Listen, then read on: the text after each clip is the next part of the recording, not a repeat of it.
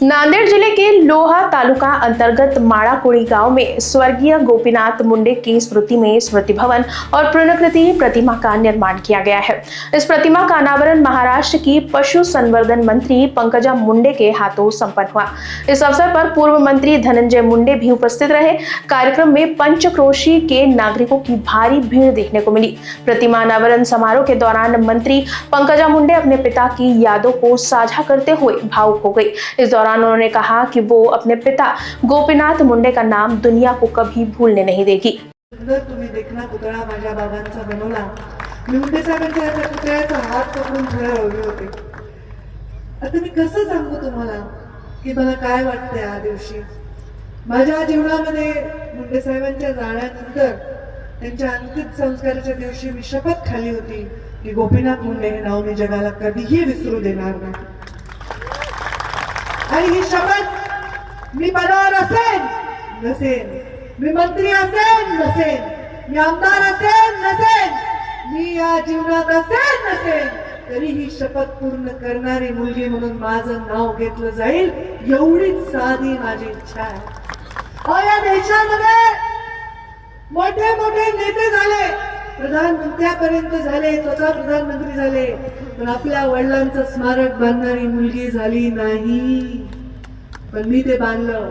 गोविंदांना माहिती आपण किती तेव्हा चळवळ केली होती। एक वीट गोपीनाथ गडासाठी ऊस तोडणाऱ्या माणसांनी, माळाकोळीच्या या गरीब माणसांनी प्रत्येकाने एकाच विटेचा पैसा दिला, एकाच विटेचा, आणि भव्य गोपीनाथ गड उभा राहिला। पण ते स्मारक बांधण्याचं खरं कारण काय होतं? तर या स्मारकावर नतमस्तक होणारा, मुंडे साहेबांवर प्रेम करणारा माणूस, त्याला जायला ते ठिकाण आहे हक्काचं। त्याची मालक पंकजा मुंडे नाही, त्याची मालक मुंडे परिवारातला कोणी प्रीतम मुंडे नाही, यशस्वी मुंडे नाही, धनंजय मुंडे नाही, कोणी नाही आहे। त्या स्मारकाचे मालक तुम्ही आहेत। एकही रुपया मी ना सरकारचा घेतला ना कुणाचा घेतला, तुमच्या घामाच्या एका विटेतून प्रत्येकाची एक वीट निर्माण करून ते स्मारक झालं। पण आज माळाकोळीच्या या स्मारकासमोर मला गोपीनाथगड सुद्धा लहान वाटतोय, कारण एक कप झालो। 12 दिवस आपण सुतक पाळतो, तेरावा करतो, गोड जेवण करतो, मग माणसाला आठवण राहत नाही। अशा जमान्यामध्ये 12 वर्ष एका नेत्याला जाऊन सुद्धा अजूनही त्याचं स्मारक उभं राहतंय। बरं झालं या स्मारकाला 12 वर्ष झाली, बरं झालं।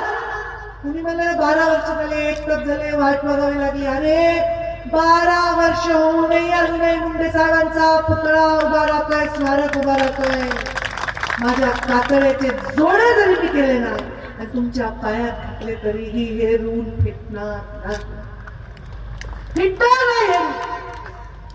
मुंडे साहेब मंत्री झाले होते देशामध्ये, आणि त्यांच्या सत्काराची तयारी करायची जबाबदारी माझ्याकडे। मी त्यांना 10 वेळा म्हणलं, नको बाबा, भरपूर तयारी करायची, आपण नंतरच्या तारखेत करू। नाही म्हणलं, मला 3 तारखेलाच सत्कार, 3 तारखेलाच सत्कार करायचा। बघा काळ आल्यावर माणसाचं कसं होतंय। आम्ही म्हणत होतो नको, आमची तयारी होणार नाही, आम्हाला जंगी करायचंय। 14 वर्षानंतर वनवास पिटलाय, मुंडे साहेब मंत्री झाले, पण त्यांना काळाने बोलवून घेतलं। आणि असं कधी झालंय कुठल्या राजकारणात, जीवनात तुम्ही बघितलंय?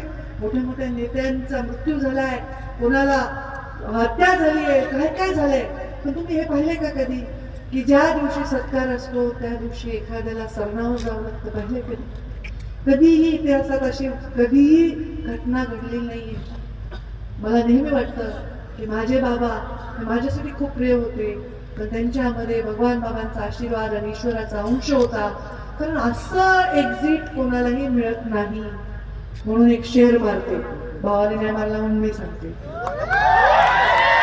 जिंदगी में कुछ इस तरह निभाया अपना किरदार, जिंदगी में कुछ इस तरह निभाया अपना किरदार, पर्दा गिर चुका है, तालियां फिर भी बज रही।